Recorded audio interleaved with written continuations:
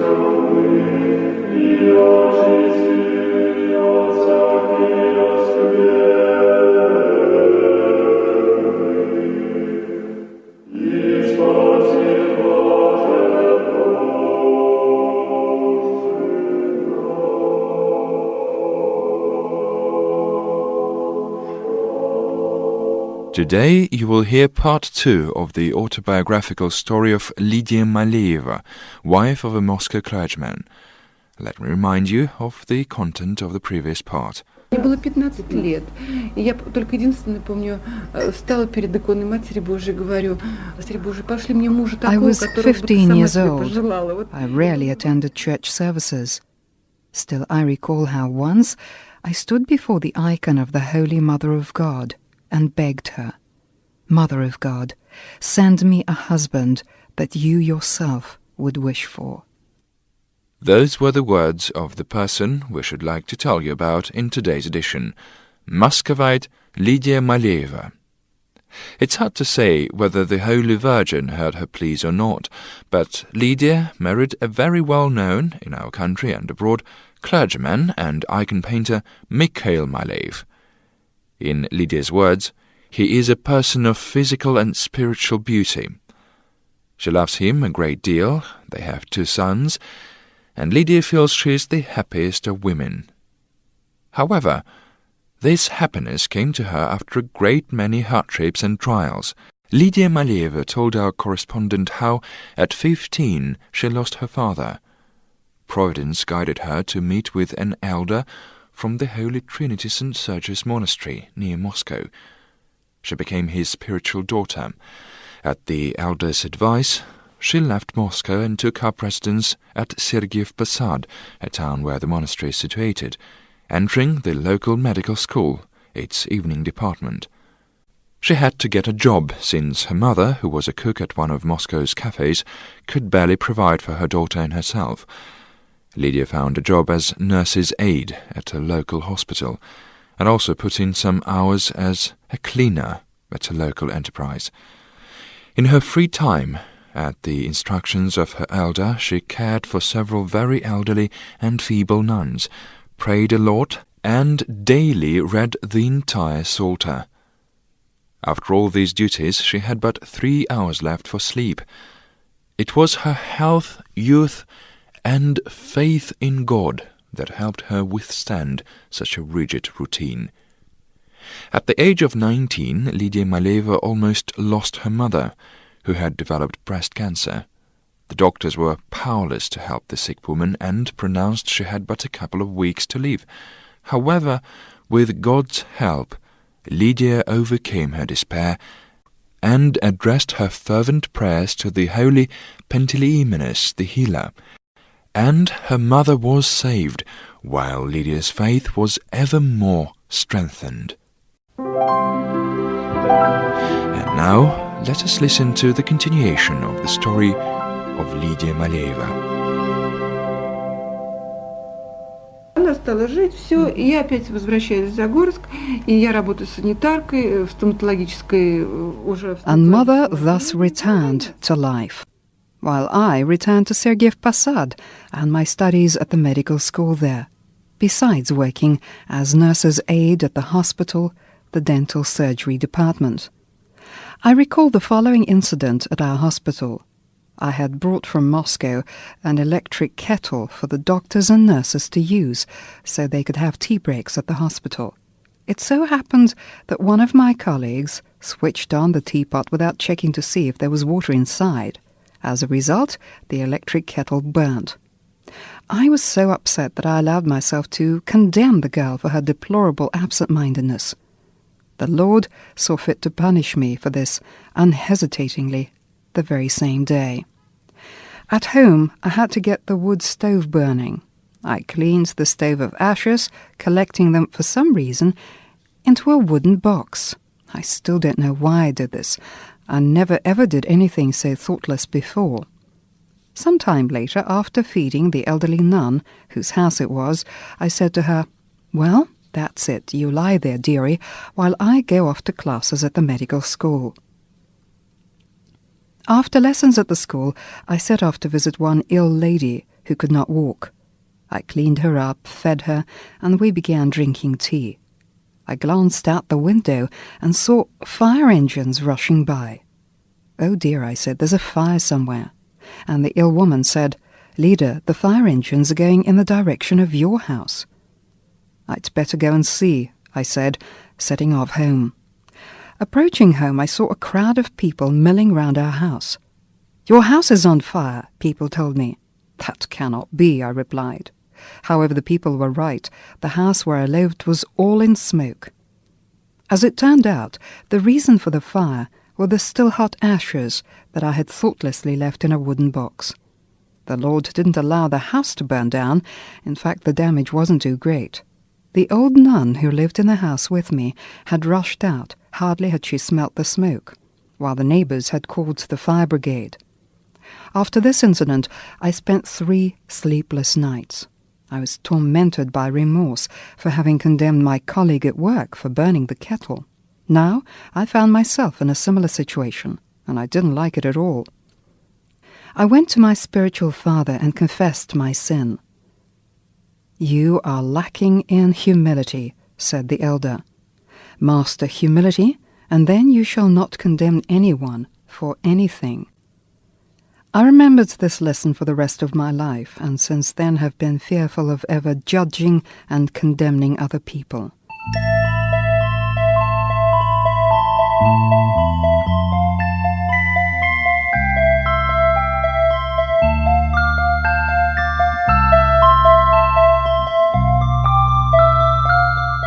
Besides the elder who was my spiritual father, I was fortunate enough to encounter another elder who also lived in Moscow region, Father Tikhon.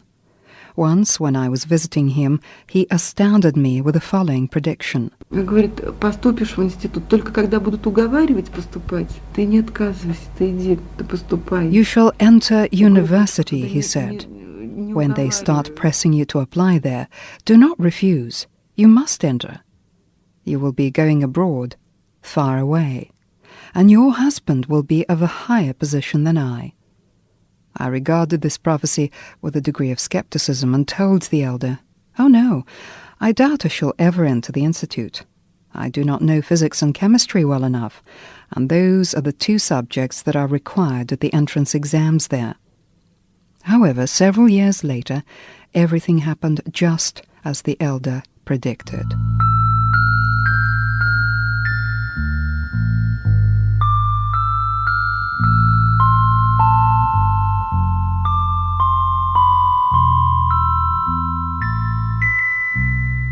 After finishing medical school, I moved from Sergiev Posad home to Moscow. I reflected on the possibility of getting a higher medical education. In the meantime, I found a nursing job at one of the children's hospitals in Moscow. It was there, as Providence would have it, that I met with one Greek, father of an 11-year-old boy. The latter had serious kidney problems. The doctors pronounced the boy inoperable. I was deeply sorry for the child, so I decided to help in what way I could. I went to the Baltic town of Kaliningrad, where they told me one old man, a healer, resided. Apparently he was successful at treating some of the most serious medical cases with herbal remedies. I told him what details I knew of the boy's illness. He provided me with the necessary herbs and instructed me on how to use them. Eventually, with those herbs, I managed to improve the boy's state to a degree that surgery was now an option for him. The operation was a success. The boy's parents didn't know how to thank me. The father invited me to study in Greece. Finish studies here at the institute, and then, he said, come and spend a year studying in our country. You will get an international diploma and the opportunity to practice medicine in any country of the world, he said. The invitation was very tempting. I agreed.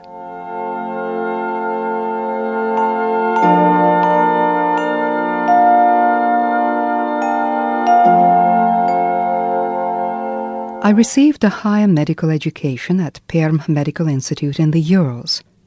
It was my friend and classmate at medical school who persuaded me to enter that particular establishment of higher learning, since Natasha herself was originally from Perm. After receiving a diploma, I started preparing for my trip to Greece, where my Greek friends were anxiously awaiting my arrival. And this is when the events happened that were to influence the rest of my life. But first things first. One of my friends, wife of a clergyman serving at a church in Moscow region, invited me over for Easter. Among those invited was my future husband, then a student of the Stroganov Art School, Mikhail Maleyev. He was 26, while I was 23 years old. I had seen him before, too, when I visited my friend. However, back then, I was much too busy to notice him. But apparently, he had singled me out already then. He asked my friend's husband, the clergyman, what my name was, what kind of person I was, and requested to be introduced to me. The clergyman told him my name was Lydia, that I was the spiritual daughter of a very strict elder, and that I had several elderly nuns in my care, and that I also looked after orphans. Anyway, he said, don't waste time on her. I think she intends to join a convent. So 6 years had passed since then. Mikhail approached me and introduced himself. I asked him to take the icon of the Mother of God, which was in my possession, to the church. I wanted it to be at the altar in time for Easter. He accepted the icon from me and carried it to church.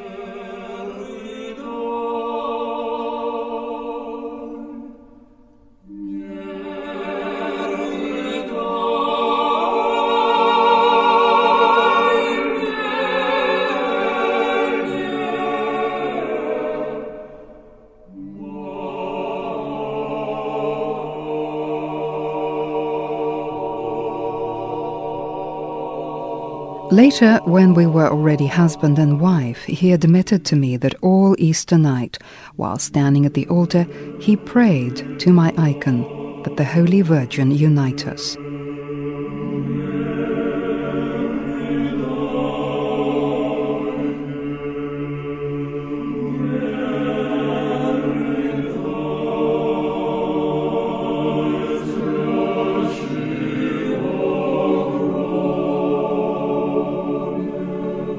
In the morning, all the guests were returning to Moscow by train. The following day, Mikhail called me. I greeted him in a friendly manner and informed him that in summer I was leaving for Greece to study. Он мне по телефону говорит, выходите за меня замуж. А я думала, он шутит. Мы же с ним вообще не встречались. И я ему шутко отвечаю. While he unexpectedly burst out with, "Marry me." I thought he was joking, and my response, in joking, was, "Sure, of course I will marry you." "Then allow me to come over tomorrow," he requested. "Of course you can come over, no problem," said I. In the meantime, I called my friend Irina and said, "Come on over, I want you to meet this great guy.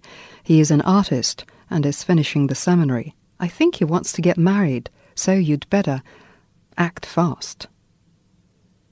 So when he arrived, he asked straight away, "When are you prepared to marry me?" Irina was already at my place, so I jokingly said, "Tomorrow, if you like. Only please, could you see my friend Irina home?"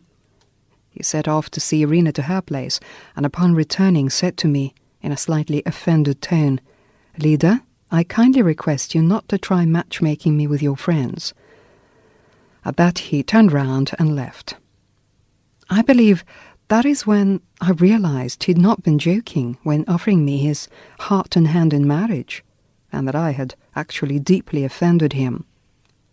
Upset, I began praying to the Mother of God. "Holy Virgin, I have offended a person without really meaning to do so." I prayed for Mikhail to call me again, and several days later he called. I immediately said, "Misha, please forgive me. I had no intention of offending you. I really thought you were joking." He replied he would come over on Saturday, and I agreed.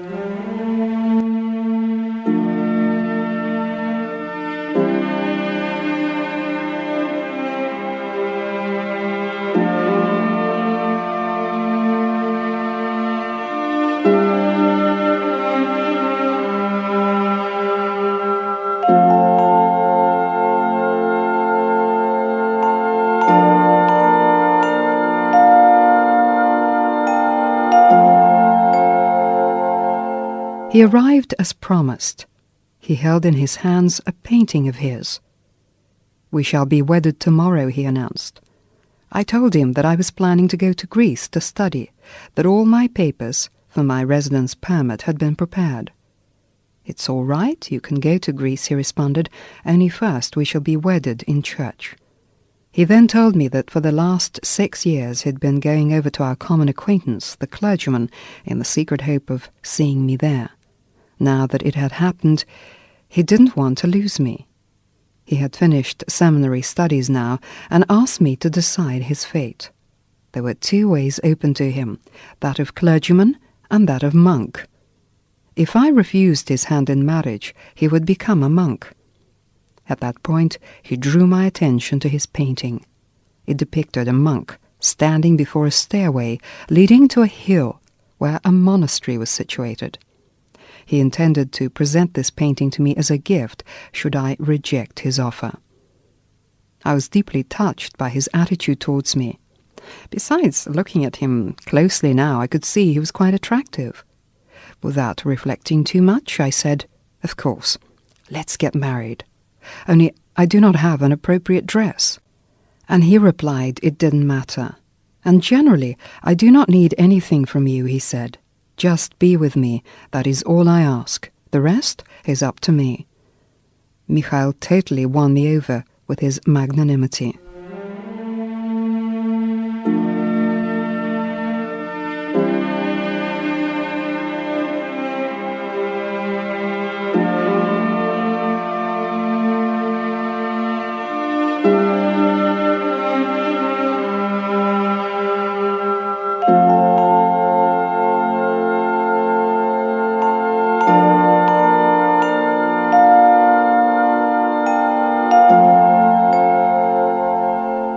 On the eve of my wedding, my spiritual father instructed me in the following way. Ты матушка теперь, вот ты же нас будешь священника, я тебя очень прошу, ты оставляй свою вот эту врачебную деятельность. Now you are to become a clergyman's wife. They shall call you Matushka, he said to me. You must help your husband in everything. I advise you to give up your medical practice. Of course you should get your diploma, but from now on your service is to the church. This is the Lord's will.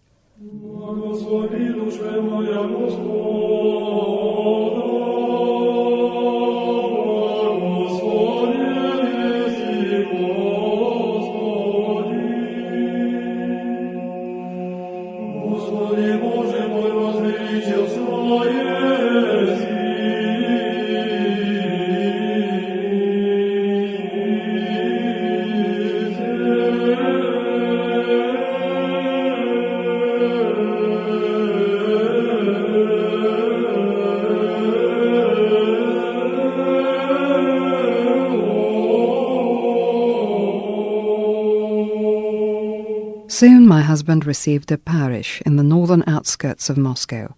Our church, consecrated in honor of the intercession of the Holy Virgin, badly needed repairs. So my husband and I had to put in a great deal of effort to find sponsors and repair it to its former glory. The icons for the iconostases were painted by Mikhail himself. The area where our parish is located prior to us was selected by sectarians. Indeed, they were not overly pleased to see us. They even began to threaten us. Thus, I recall how when our son was little and I was expecting our second child, a female voice over the telephone said to me, "Matushka, do not forget you have children." And there followed a horrid cackling laughter. I was scared and I rushed to my husband with the words, "We have to do something, we might be killed." While my husband quite calmly responded, "To suffer for Christ is a great honor. Not every Christian is afforded the chance." And then I recalled the words of the elder said to me several years before my marriage, "Your husband shall be superior to me." I grew ashamed of my fear and found peace of mind. Everything is God's will.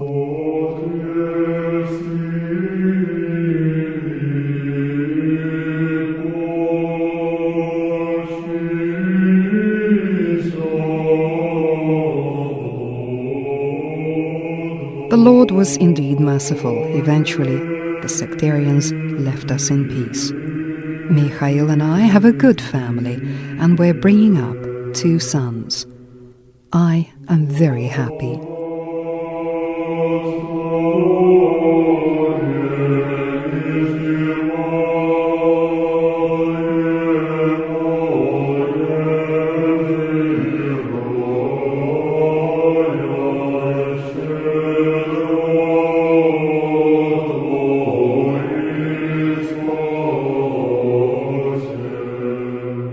And there we end our story about Lydia Maleyeva and how she became a clergyman's wife. Let us add that the Maleyev family is well known in Orthodox circles. Mikhail is widely known as an icon painter. His exhibitions are successful both in this country and abroad. He is greatly valued in the Patriarchy. The energetic Lydia, who has revealed remarkable organizational skills, presently heads the Spiritual Enlightenment Humanitarian Center.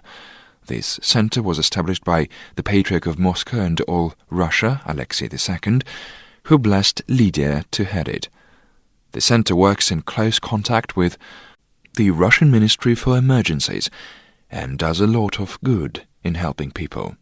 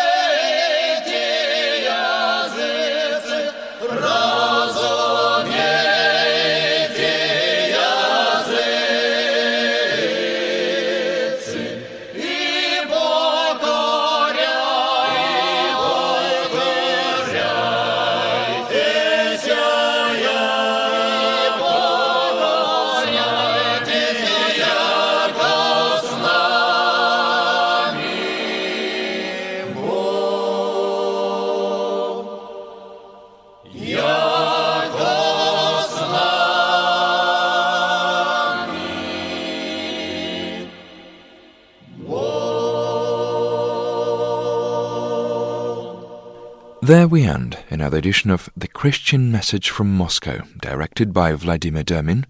Lydia Maleyeva's story was written down by Tatiana Shvetsova. It was translated and read for you by Svetlana Yakimenko. It was recorded by Nadezhda Smirnova, music editor Tatiana Shvetsova. And your host was Pavel Novichkov. All the best to you, and may God protect you from all evil, visible and invisible.